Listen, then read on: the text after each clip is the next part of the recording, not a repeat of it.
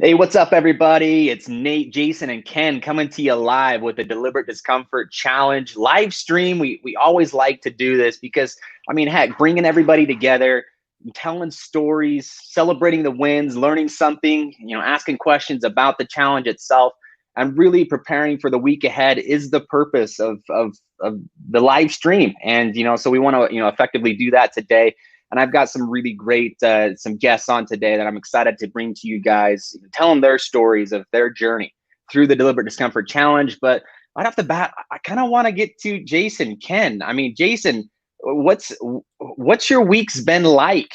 After the Deliberate Discomfort Challenge ended up until now. I know you just got the COVID shot. You're like, tell me a little bit about these last 5-6 weeks now. Yeah, man, I got the COVID shot yesterday. Felt great about it, and then I woke up this morning. It's kind of feeling woozy, loopy. I'm dizzy a little bit. It's crazy, and a little concerning, but I think I'll be okay. Oh, you got this, buddy. First off, class 4, congratulations. 21 people self-reported, according to Ken, as graduates. I'm proud of you guys. You'll be receiving your graduation packet in the mail shortly. And that's fantastic. Class 5, the last week. And as we talked about right before the show, guys, it doesn't get any easier. Every week is hard, right? And after I completed the challenge on March 4th with Class 1, there was a few days of recovery. Certainly had a feast meal, had a big tomahawk steak, and then I said, you know what? I don't want to cheat. I don't want to eat all the things I've been missing out on. The habits have been formed. I want to continue reading. I want to continue doing the mindfulness. I want to continue reaching out to people and working out twice a day. And we have an endless 6 program. And so how it works is, there's a recovery week, there's a transition week, and roughly 18 days after you finish the challenge, we start your endless 6 program. And we have about 50 people in the endless 6 right now. And we have a challenge challenge a month from each of the domains. Program is still intense, still getting a number of benefits from it, and it's continuing you down that path of habit forming, success, and happiness. And deliberate discomfort. I mean, that's what it's all about, is getting deliberate and intentional about getting uncomfortable on a day-to-day basis in order for us to perform at the highest level we possibly can. So, that's what it's all about. I mean, Ken, what's been your experience afterwards, now being a little bit down the line of graduation? I mean, where are you at? I'd say about the same that, Jason remarked. You do, after 60 days, man, you just get into a pattern where you don't want to do something else. Like you might slip maybe a little bit from the intensity, but, you don't want to go back to eating like crap. You don't want to just be sedentary, or just sit around. Like you want to be active. You crave it. I remember Jason saying this after he finished the first round, the first go around of 60-day challenge kind of thing. And that is, your body craves it, and I hear a lot of people commenting through Amanda and others that, they're going through this withdrawal syndrome, literally after a really hard event. Yeah. We're literally withdrawal from it. So, not quite in the withdrawal, but definitely, definitely miss it, and definitely like the, like that push. So. Absolutely. And it's this last week, one of the bigger events that we did was the Ironman, actually, for the graduating class of, class 1 of the Deliberate Discomfort Challenge. I went out and I wanted to just say thank you to everybody who chose discomfort, who chose to put themselves through difficult things and to go through that experience. I just, again, wanted to say thank you. And I got to say, that was a phenomenal experience for me to see the tribes at St. George, supporting me throughout that. And what was interesting, and I was talking to Jason about this earlier, was through that experience, I had my team, I had my group, but it was still ultimately on me to do the work. I found myself alone, in the middle of St. George, out on the highway at 50 miles out in the middle of nowhere, close to the Arizona border. I mean, we're in Utah, and it was just it was hot and I was alone. But every moment that came up where I just felt like this is hard, I don't want to do this anymore. And it came up at many, many times throughout the entire day, I mean, a 14-hour total experience, I always thought back to the stories of the people in, Deliberate Discomfort, the book, their experiences specifically, as well as the people inside of this challenge. I think back to, Amanda Fortizzi Prince and in the 4 feet of snow that she rucked through in negative 30-degree weather because she could, because she wanted to do something with herself. And that inspired me. So even though I was out there alone on the bike in the swim, and the swim was freaking cold, I'm just going to be blunt about it. That was stupid cold. Came out of the water like hypothermic, and thank heavens for the fire that the tribe built for me. But anyway, I was always out there. I mean, yes, I was alone physically, but mentally, emotionally, spiritually, I was not alone. And I took the stories of each and every one of you with me. So I thank you guys again for your commitment. Here's to, graduating class 1, 2, 3, and 4 at this point, which I'm really excited about. And we're going to have a class 5 graduate here pretty quick, but I want to bring in our next class 5 graduate that I'm really excited to hear from. She's been, blocking me from start to finish on coming onto the show, but let's bring on Jean. Jean, come on in, and I want to hear a little bit your story. Now, why you got to be blocking me? I kid about that. I really am serious. I do kid, and I really appreciate your story. But how are you today? What are you up to? Anything fun going on? Not much. Just I'm actually at work right now, so. I'm sorry. Is this an I didn't block you.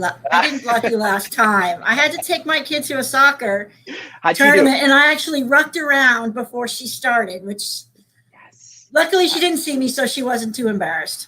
I bet she's super proud. Has your daughter commented anything on your challenge as you've been going through the process? Well, I have 4 kids, and my older one has been more. She's in college. She's been more supportive, probably asking me how it's going, talking to me about my food choices, things like that. So it's been good.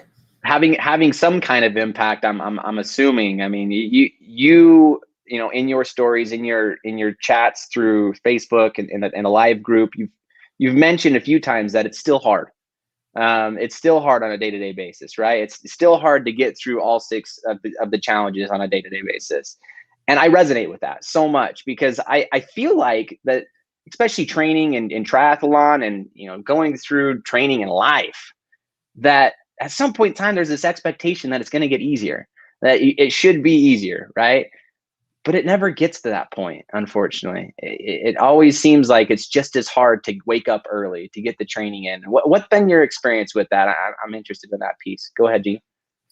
Well, I think mentally it was hard for me because I used to be a D1 athlete like too many years ago. So I kind of knew going in like what the doubles were going to be like. And so I was kind of mentally prepared for that. And so like the first week it was hard. And then the second week I'm like, okay, I'm getting in the groove.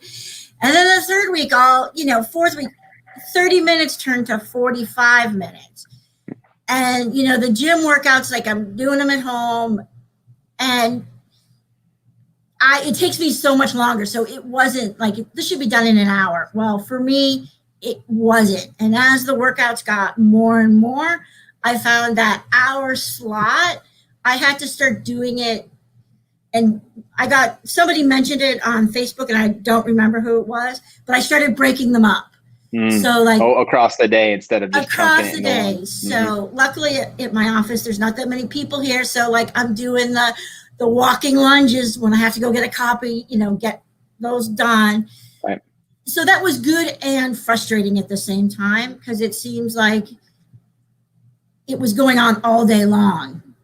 And I should be able to get this in for a 1 hour period or what have you. But a great, creativity, and adaptation. We talk about all the time in terms of success. The adaptation is one of the primary fundamentals of success. Jason, what are your thoughts about this idea of, okay, it's gotten hard, we can't get it in the hour, and breaking it up? What are your thoughts on Jean?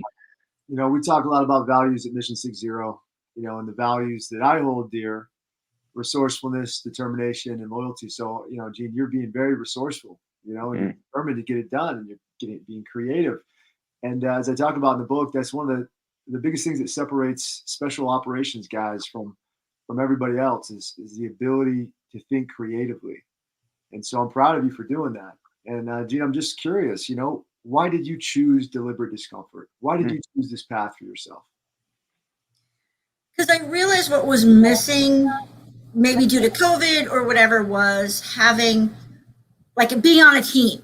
And so that's kind of when I was watching like your intro video. That's kind of what intrigued me, was being a part of a team, doing something really hard and kind of help motivate people. So the two big things, which is going to sound off of the 6 things, was every day I had to post. That was my accountability. Was every day I had to go on and just, whether it was like the green check marks or something, that was like, I had to do that.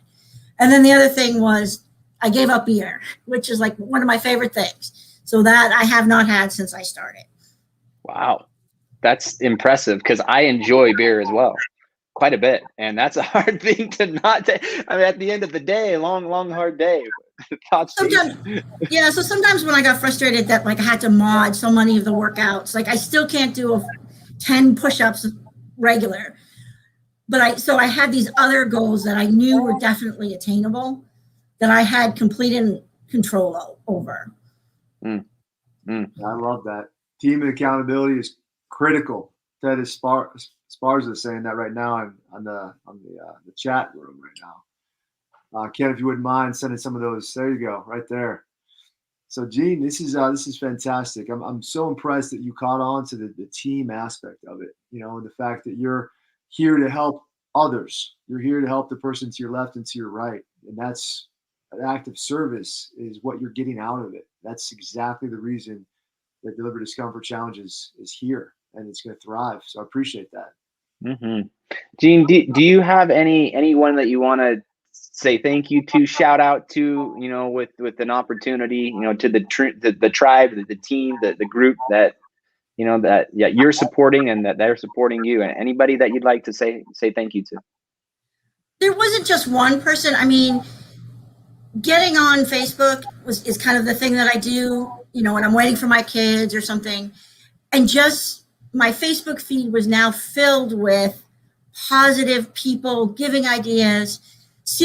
What I really enjoyed was seeing the pictures of where people were hiking and just getting into that community and just reading their stories. It just was so much better every day to read that than all the other political stuff that's out on Facebook. So that to me has also been a big help.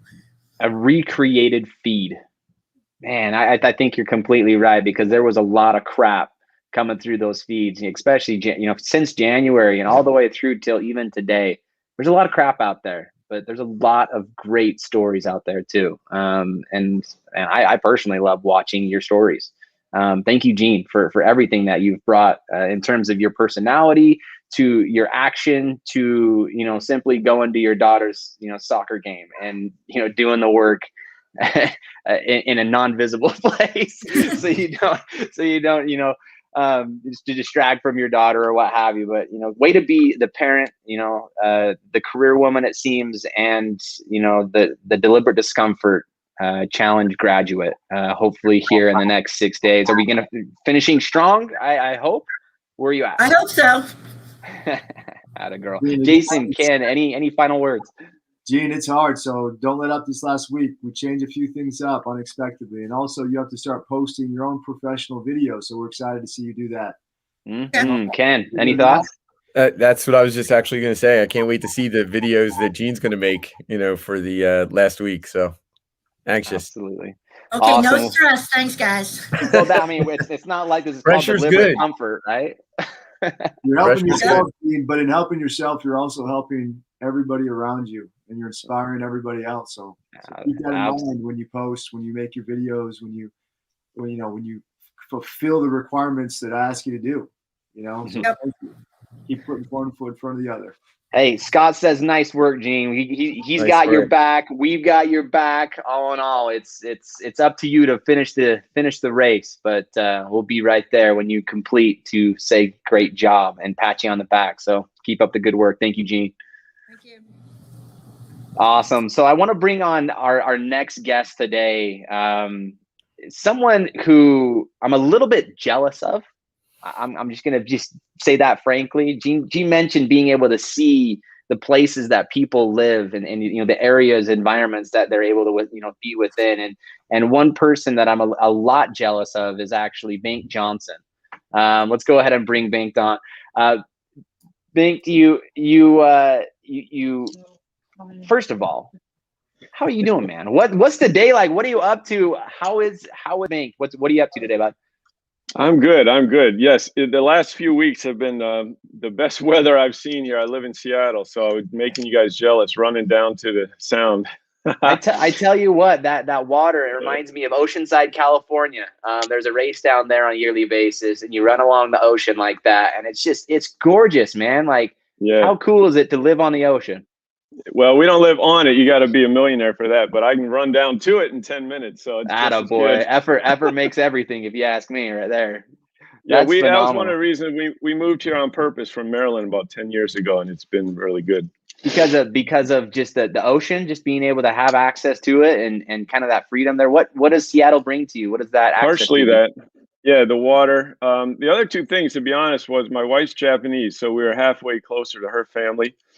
And there's a lot of Japanese culture here, a lot of food, things for them to do. They felt more comfortable, and honestly, that made it. We promised them we'd take care of them, and we took them in our house like 8 years ago, and they've been here ever since. And so another thing, the challenge hit at the same time here is my dad died about 7 years ago, and my mom needed more help just this year, and so I moved her in here, and so that's why I've been posting with her here. Her dementia got really, really bad last year, being isolated. And so we're taking care of her. And there's been a couple days I didn't think I'd get it all done because it's like full-time care. It's hard. Yeah. So like your last person kind of got the time management has created one of the most challenges. Just how do I add an hour and a half, 2 hours to my day? And I started noticing if I did a workout late at night, had to do a few after my old-fashioned bedtime. It takes longer because I just don't have the energy. So you're old-fashioned bedtime? What does that mean? Well, that had to go by the wayside a few times here. That couldn't be the number one thing anymore. So the mission came first, and you did away with the bedtime, is what you're saying. I think Ken had to do that a few times. Ken, didn't you have to do that a few times? Quite a few times. Like just making it under the midnight mark, you know? Right. So. Well, yeah, Dragon.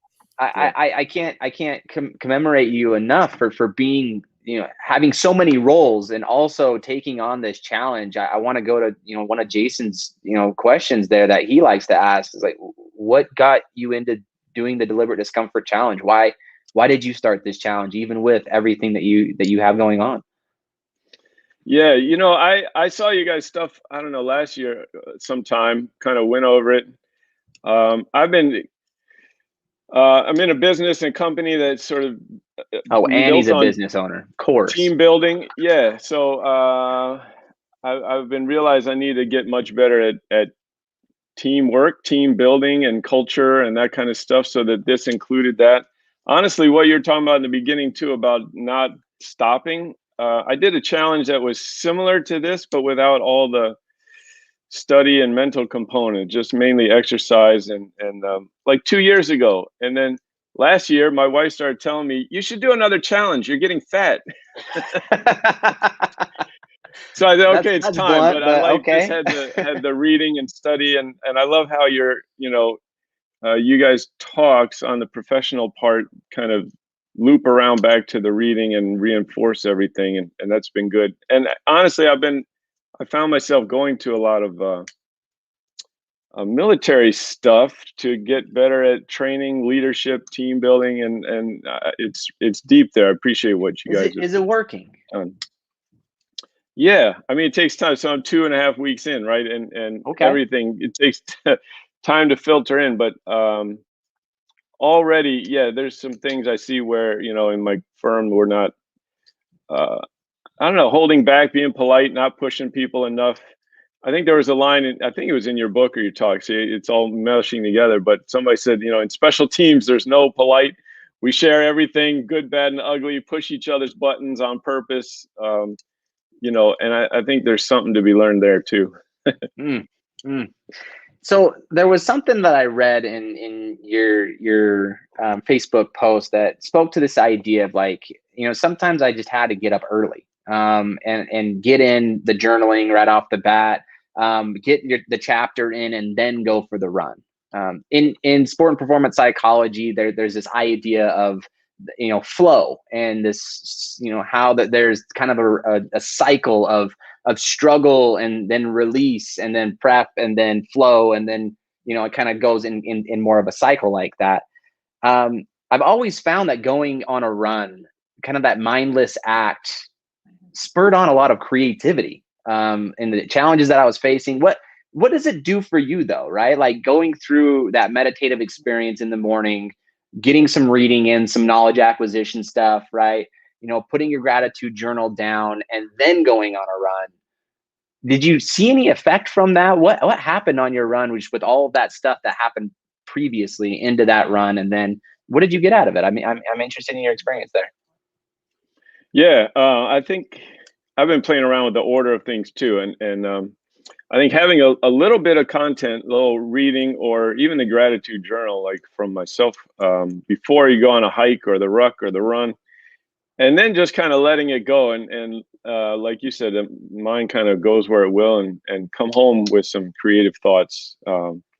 That's been very good, interesting. Other than, this is the other phrase I took from the book, and I keep repeating it. Slow is smooth, smooth is fast, right?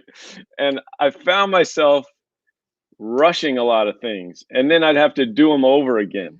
I was like, well, that's stupid. And taking the time out, even for the run exercise, I think it made me plan the day better, come up with better ideas, not have to repeat or redo or kind of rush into things and do it stupidly. Jason, I mean, is that, I know that's become a big part of who you are and how you do things. I notice it through your leadership, how you do slow down when big decisions are nigh. You don't like, energy doesn't go up with you. You actually, energy kind of gets reduced to a point where you can make an effective decision. How do you do that, like, effectively? Is there a technique that you use, a tactic? I mean, help us understand how you do that, because that's hard. It is hard, and it's just through experience, and when you're younger and you're making decisions and you see that something's right, and you're like, oh, this has got to be right. This is absolutely the right answer. And then you get burned so many times in your life. You're like, oh man, like that was a dumb move. I shouldn't have done that. I should have been more patient. I should have let things play out. I should have asked other people for their opinions before I made a decision. We talk about don't rush to failure all the time. It's something that Ken and I talk a lot about. I tell him that all the time, because Ken wants to go 100 miles an hour everywhere he goes, and that's his personality. That's fantastic. But a lot of times I tell him, Ken, that's great, but we don't want to drop any balls. We don't want to multitask to the point where we're overwhelmed with work. And to your point, about running, about working out, when I ask people a lot of times where they get most of their inspiration, they say, oh, by working out. And I say, okay, well, you're working out at the gym, when you're bench pressing or doing your leg squats, are the ideas coming to you when you're actually doing the action of moving? And they're like, no. Well, when does it come? When I stop, when I breathe, when I take the time to think and relax. And so even when you're running, like when you're breathing, that's when the inspiration comes. That's when you get clarity. That's when you start to have brilliance, not in the act of moving, it's in the act of breathing. And you learn a lot through John McCaskill's mindfulness training in the Deliberate Discomfort the spiritual domain, practicing mindfulness every single day, breathing, thinking, being patient, that stuff is powerful. And it's hard for so many people that want to go 100 miles an hour everywhere they go, because you're right, Bengt, it's all about slow is smooth and smooth is fast, man. That's a tough lesson to learn. Bengt, what was your experience with the mindfulness piece? Tell us a little bit about that. Well, and I'm interested because, especially with, you said your wife's Japanese, right? And there's a lot of Eastern influence there. Meditation from a Western point of view, right, is kind of like, everyone kind of looks at meditation and mindfulness as something kind of hokey and a little bit funky, right? But having that influence from the Eastern culture and civilization, right? What was your reception of mindfulness as a practice on a day-to-day basis? Yeah, so that's another thing I used to do when I was younger, and get away from. And when I saw this was part of it, I was like, okay, that's good too. I traveled a lot, and I lived in Japan for 6 months before I met my wife, and kind of made it possible for me to understand and connect with her. But I started studying. They have other. I did sit in some Buddhist places doing meditation and just quiet, just staring right in front of you. And that's a challenge, and it's good. But they also have some moving things. Like I took a class there on the tea ceremony, and the friend I was doing meditating with would ask me to remember my day. And a lot of days I'd come to the end of the day and it'd be like, I don't know, it's kind of a blur, right? Mm-hmm. But on the days when we did the tea ceremony class, I could tell him everything that went through that 1 hour, because it was a meditation. You had to move the bowl a certain way. Everything was just prescribed, which step, right, left, cross the line. Very deliberate. Okay. Right? And that always stuck with me. But then, you get married, have kids, the full catastrophe, you kind of get busy, forget that stuff. And I was going to say here, I'm ashamed to say the first couple of times first time I, did very strict on the meditation, I found myself a couple of times playing it and then feeling like something hit me. Oh, I got to do this. I'd actually get up and do it while still listening. I was like, damn, sit back down. What do you do? The whole point is not to be doing two things at once. Like I've gotten bad into this, the hectic, busy, multitask culture is deep, deep in me now. And actually I started Aikido in Japan too. And that, what you're talking about before, like when you have someone coming at you, you guys know this better than me, but with a fist or a sword, like slowing down your breath and the time, like allows you space.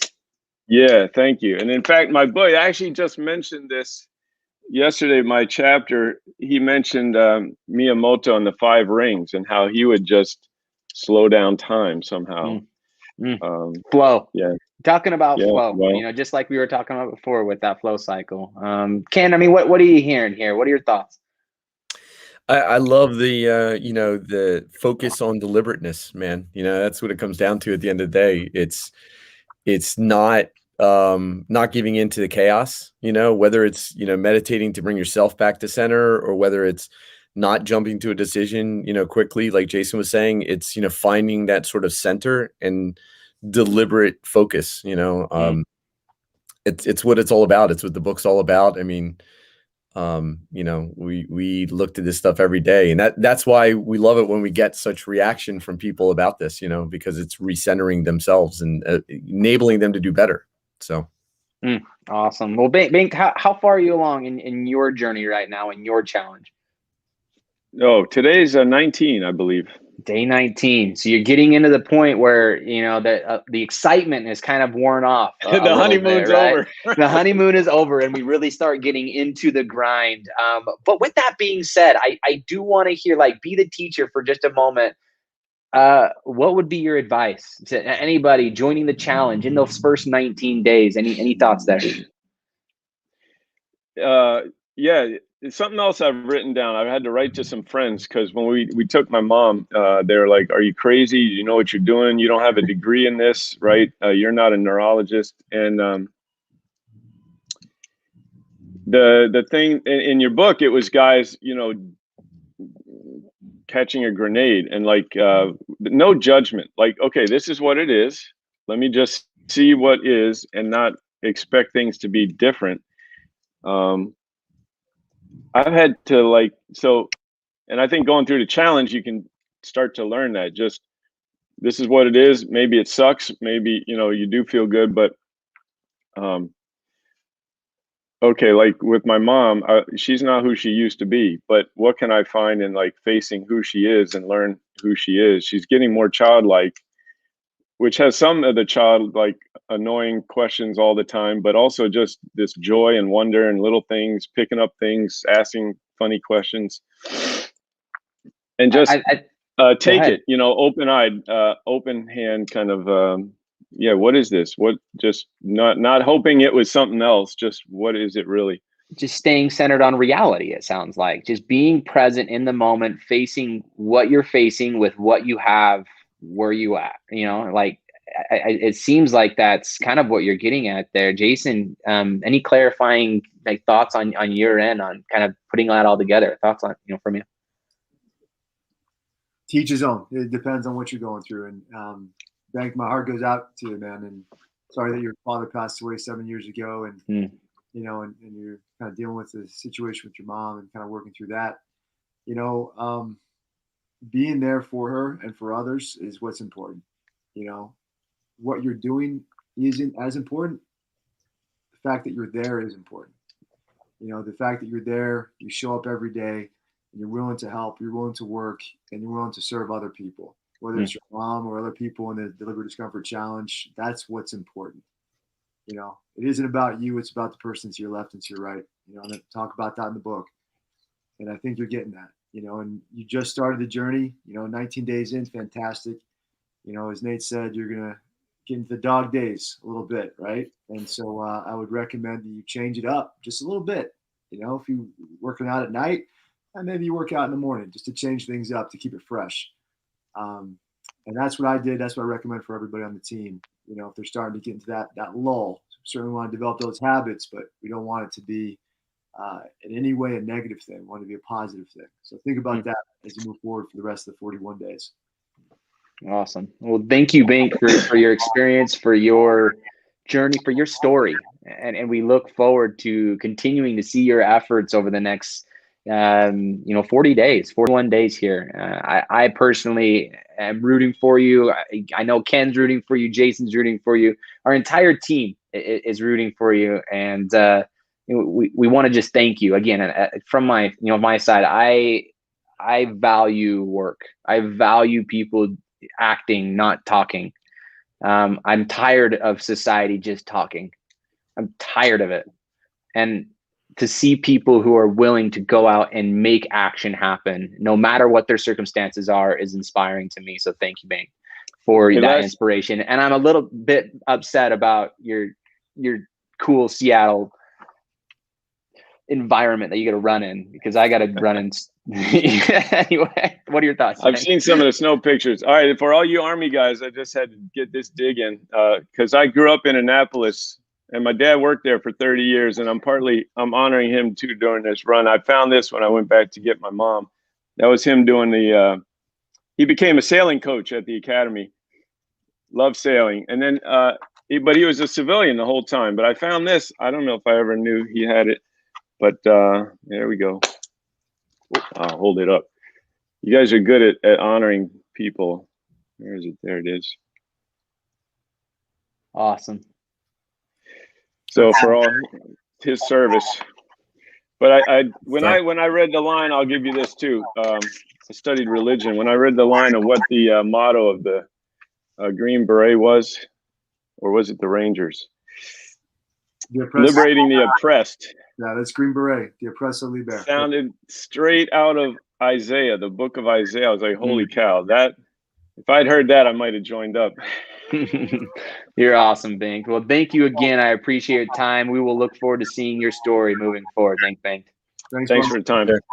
Absolutely. Good luck. Hey, before we move on to our last guest for today, we do have a quick question. Oh, look at this. We got some inspiration and motivation.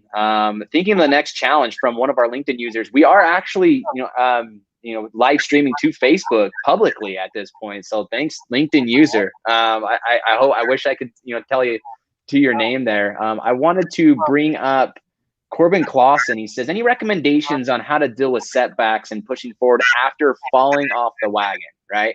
In the middle of a challenge or what have you. Jason, any thoughts here? Well, hello, Corbin. It's a good buddy of mine from when I was a kid. We go way, way back, when we were single digit age, was he bald then too? Because that would be really cool. He wasn't always bald, but he always had short hair, Nice. He's a great guy, always in shape. I'm happy to see he's joining us here. So we've, for the challenge, things happen. Sometimes things are out of our control, And what I tell people is for the challenge, you can quit or you can recycle all the way back to day one. And that's how we did it in the military.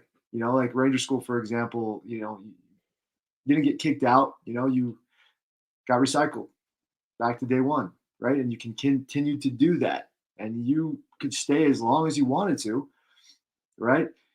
You never quit, you never fail.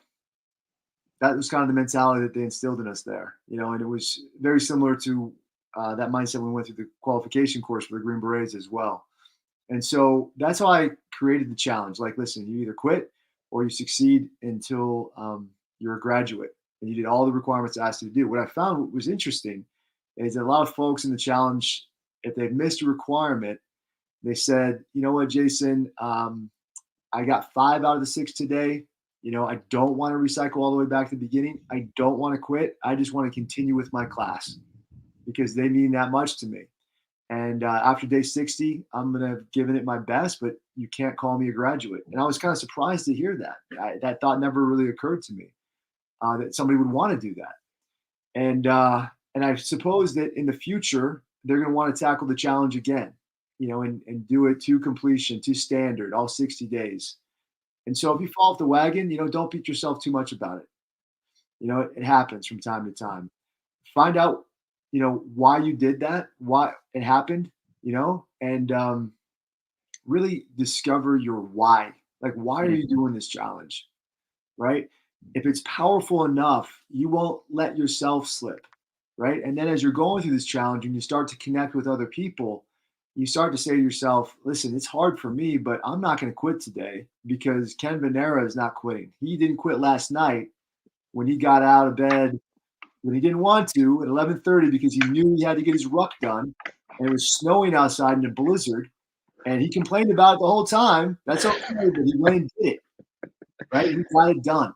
And when you see Amanda Fortizzi Prince out there rucking in the snow, you see Nate Hunterton, who has COVID, out there doing sprints. You see Daniels on a track. You know, you're like, listen, those guys are doing it. I can't let them down because, you know, I know sure as hell that they're not going to let me down. And that'll get you through. Your why and your tribe, that'll get you through the day. I tell you what, and I'm going to add to that from my experience with Ironman just this last week. Again, I wanted to quit so many times, but I couldn't honor you guys that way. I couldn't honor the graduates of class 1, 2, even 3 and 4 at this point with failure. I couldn't do that. That wasn't in me. So I had to keep moving. I had to keep one foot in front of the other. And even though at the last 17 miles at this point, right, I was walk running the best I could to the best of my ability, and it hurt. And my body is still, back and forth on fluctuation and in temperature and all this crap. But I couldn't honor you with failure. And I do it for you guys. And thank you for being there for me because that gave me my why in that moment. So thank everyone. Hopefully that helps in kind of, the idea of just never quitting. But with that being said, I want to bring on our final guest today, someone who's been a bit of an inspiration to me because I've got a little boy myself who I hope to run with one day. Let's go ahead and bring on Brian Stanton. Brian, welcome to the live feed. Welcome to the stream. I don't know what's happening behind you, but it looks incredible. How much time did you spend on it, and what is it? Help us understand this. Oh, we don't have audio, Brian. Do you have audio? Here, play with that for just a second. But I'm trying to look through. We've got our playbook. Yeah, Brian, just trying to get audio. We'll kind of try to decipher what's going on behind you. When I first saw you, man, I thought it was a better looking Andy Reese with hair. I thought I was like, man, this is a whiteboard full of stuff behind him, and he's got like a playbook all set up, an ideal team player with humble and humility and meetings and all sorts of stuff, man. That's not sure. Can you guys hear me? Yeah. Good work, man. Awesome. So what is happening behind you? What is going on? Oh, I'm in my home office and I do work with Patrick Lencioni's material. So a lot of that is straight out all of his books and the material that he uses And for me, I'm a visual person, so having it back there, and if I'm talking with a client, always have a reference. Yeah. I love it, man. I love it. Well, I gotta say thank you, number one, for joining us today. I really appreciate it. I've been watching some of your posts through Facebook, and you mention a lot about your son joining you in your runs. Can you tell us about your experience on your influence with him and how he's influenced you and like what that is about? Because it's really exciting to me to see that with a young son myself coming up. I hope to be there one day. But what's your experience then? Yeah, so we have 5 kids, and Ben's right in the kind of in the middle, and he just wants to do what I do. He's my mini me, and but all of the kids have gotten excited about it, and he told me is the first time we had to hit the 5 miles, and I told him, I'm like, all right, I'm going for a run, and he said, Dad, I'm going with you, and I said, I think you should ride your bike. I don't know if you're going to make it. He goes, no, Dad, I can do it. And so I said, all right, well, we're not walking. So he put on his running shoes, and he was outpacing me. And so he and I asked him halfway through, how you doing? And he goes, I'm doing good. I only threw up in my mouth a couple times. So I'm thinking, like, I don't know anything about discomfort. This dude's just going for it. So it's been good when you have a bigger tribe at home, trying to sneak in all the little time with them and being intentional. And I think the other thing is I was afraid of him not being able to do it. And sometimes I think you have to let people be willing to fail. And sometimes as a parent, that's scary for us. So that was a good learning experience for me. And he smoked me last night. Yeah, he beat me by about 30 seconds on the 5-mile run. And so one of the things we talk about at home is funny. Before I started the challenge, he's small for his age, and we had a choice for him for the baseball season to keep him in the lower division or move him up. And I told my wife, I said, he's going to be uncomfortable either way. Either he's going to get teased because he's with younger kids, or he's going to be uncomfortable because he's the littler guy and maybe not getting as much playing time. Mm-hmm. But I'd rather have him be uncomfortable and push himself and get better and, put in the extra work. So it's been fun to watch him do that. And he's just the one that joins me for the run. But, when I'm out there doing sprints, having them, alongside me has been fun. Oh, that's so exciting. Ken, what are you hearing out of Brian and his story? Just, teamwork in another mode, at the end of the day, that's what it's all about. I think you were talking about this too, from the Ironman, that psychological kind of push that comes from the fact that when you really are devoted to like your family, or your team, you're going to keep going as long as there's one more person there that wants to keep going with you, kind of thing. So just think that's awesome. And, it's inspiring to you, Brian, as a dad, that like it's instilling those kind of positive, kind of healthy activities to get the kids inspired and involved with. It reminds me of I work with parents all the time in performance psychology. I'm working with their athletes on helping obviously the athlete perform in their mental game or what have you. And they always ask me the question, well, do you have kids? Like, do you know what it's like? And I can't say I do have kids at that age. And it just makes me wonder, how am I going to respond to the challenges that my kids are going to face, even though I have this like ideal thing in my head of how I can be a dad. Probably both Jason and Brian know more than I, right? Like, your intentions might be great, but then you get met with crazy situations throughout. So I commend your story and just hope to be the kind of dad you are. I mean, that you are showing to be, Brian. I mean, that's really cool to me that you're able to integrate them with what you're doing. Now, with that being said, why did you choose Deliberate Discomfort? Why are you doing this? What's your story? Well, I actually talked to someone who's graduating, Randy, and he told me he ran with me at the Ironman. He did 13 with me. So he said this will change your life, and I think for me, I haven't had to always push myself as hard as I probably needed to, and when I looked at the 6 dimensions, I thought I've always set goals for myself in those areas, but haven't really quite reached them like I wanted to. And so I need to be uncomfortable in self-management and get better at this. And I think the only way I'm going to do it is if I'm part of a team that I'm accountable to, so that I can finish it and up to a higher standard. Yeah. And because just setting the goal for yourself and having maybe knowing the goal and pushing you and knowing what the suck feels like, but telling you to keep going. I think that, it's a little more difficult. So I think I wanted to be a better husband and father and professional. And when I looked at the 6 dimensions, my wife told me I was crazy. She just, started her master's degree, and, we got kids, and she's like, I said, well, I'll sleep less. I don't know. We'll make it happen. Jason, what are you hearing? We got a lot of similarities, Brian. I've always been a team guy. I've always wanted to celebrate victories with people that I care about. I never wanted to hold the trophy by myself, right? And that bleeds over into my family. And so whenever I do physical exercises, particularly as part of the challenge, we've got a ruck, we've got a long run, we've got sprints. I bring out my running stroller. It seats 2, and I put my daughter, who's 4 years old, my son, who's almost 2, I put them in the stroller together.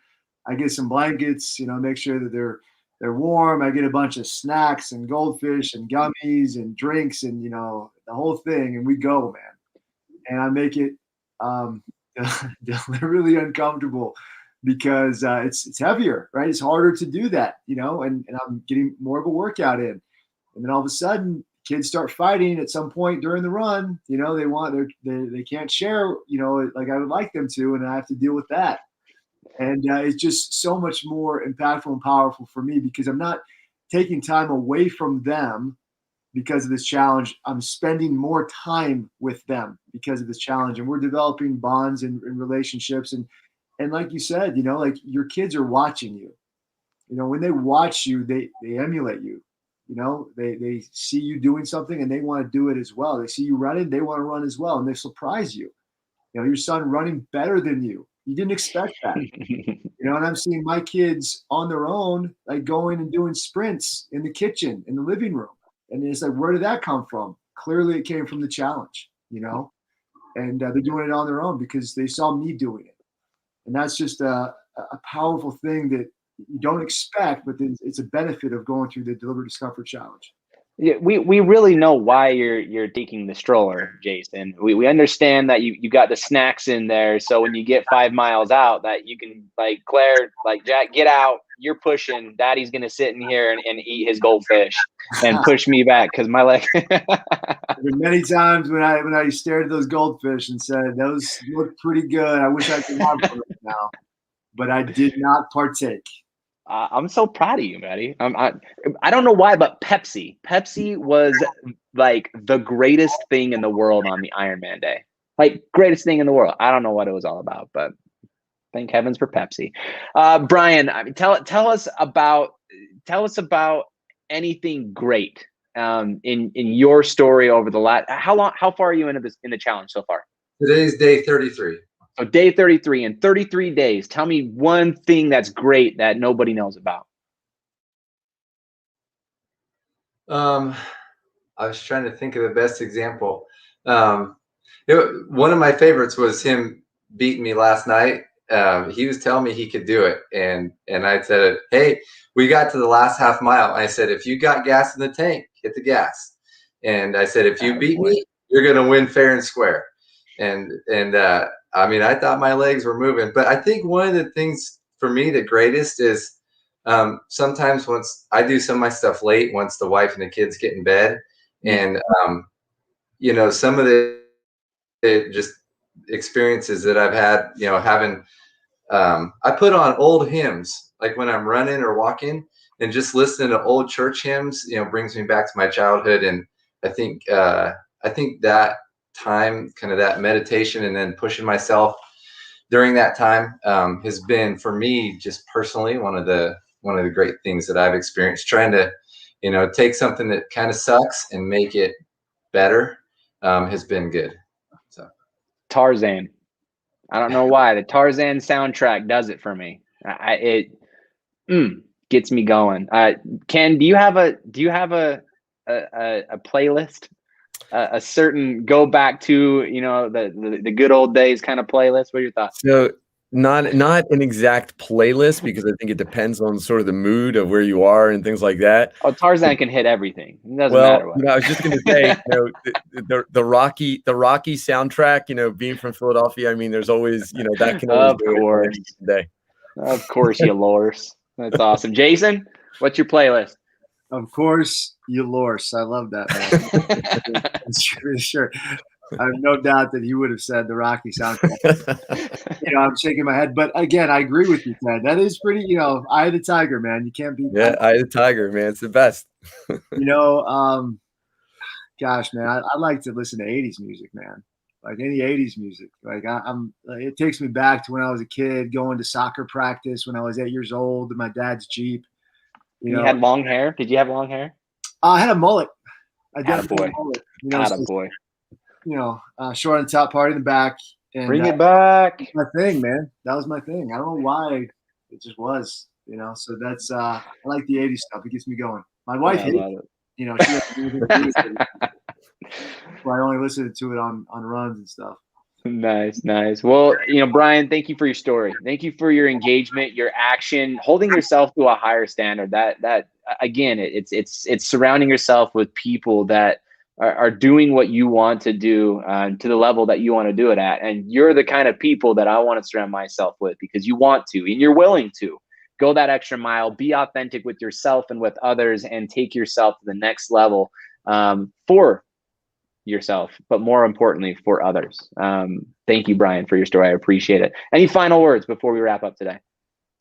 I appreciate you guys coming up with this challenge and helping push all of us to be better. It's great. Thank you.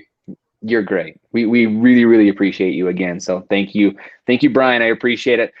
All right, guys. Well, to wrap up the live stream today, it's been a solid day of great stories, of phenomenal examples of deliberate discomfort. And I just want to thank everyone out there who has joined us live in LinkedIn, in Facebook, you know, wherever you're joining us from. Thank you for joining us and being a part of you know, other people's journeys. And we hope that they have inspired you to do something more, to be actionable, to do the best you possibly can be, to deliberately get uncomfortable and grow on a daily basis. I'm going to go ahead and throw it over to Ken for finals and our giveaways today. Go ahead, Ken. What are our giveaways today? So 2 numbers. Throw it back to Jason. First one is 460. 460. Sue Balderrama. Sue, congratulations. You're the winner Sue today. So you're going to get a free t-shirt, hat, hoodie, whatever you want from the M60 store that you can find on mission60.com on the shop there. So figure out what you want, send a note to Ken, and we'll ship that to you immediately. And we'll throw it one more time. Ken, what do you got? One more time. Number 511. Okay, let me look at my list. Stephen Milano. Mr. Milano, congratulations. Hey. He's just signed up. He's in class 12, so he's going to get a free piece of apparel from us. So great job, man. Great job. You know, and I'm looking at a post from Philip McClesh. You know, Ken, if you can put that up there right now. He says, I recently retired from the Army after 24 years with bad feet, bad knees, bad shoulders. I have little motivation to get fit. Any advice? Well, I'll tell you the same thing I tell everybody. If you're looking for motivation, you're looking in the wrong spot, because I'm not going to motivate you. I'm not going to try to motivate you, because the only person that can motivate you is yourself. motivation, the only true motivation is self-motivation. What I can do is I can help you get inspired to motivate yourself. I'm here to inspire you. And the whole Mission 60 team, the Deliberate Discomfort tribe, we're here to inspire you. Because when you inspire someone, they get motivated. And they get motivated, they take action. And when you take action, no matter how small it is, you see results. And it's a full circle thing, because once you start to see results, then you start to inspire yourself. And then you start to want to push yourself harder and farther and faster. And then all of a sudden you're wondering where your boundaries are. And that's how you get started, by just acting, by doing something about it, by doing the work. You're probably sitting there doubting yourself. Well, I'll tell you to doubt your doubts before you doubt yourself, and stop increasing your doubt by discussing your doubt with other doubters. Stop doing that. And I'll leave that as the final message of the day, guys. And with that, Ken, throw the flashback.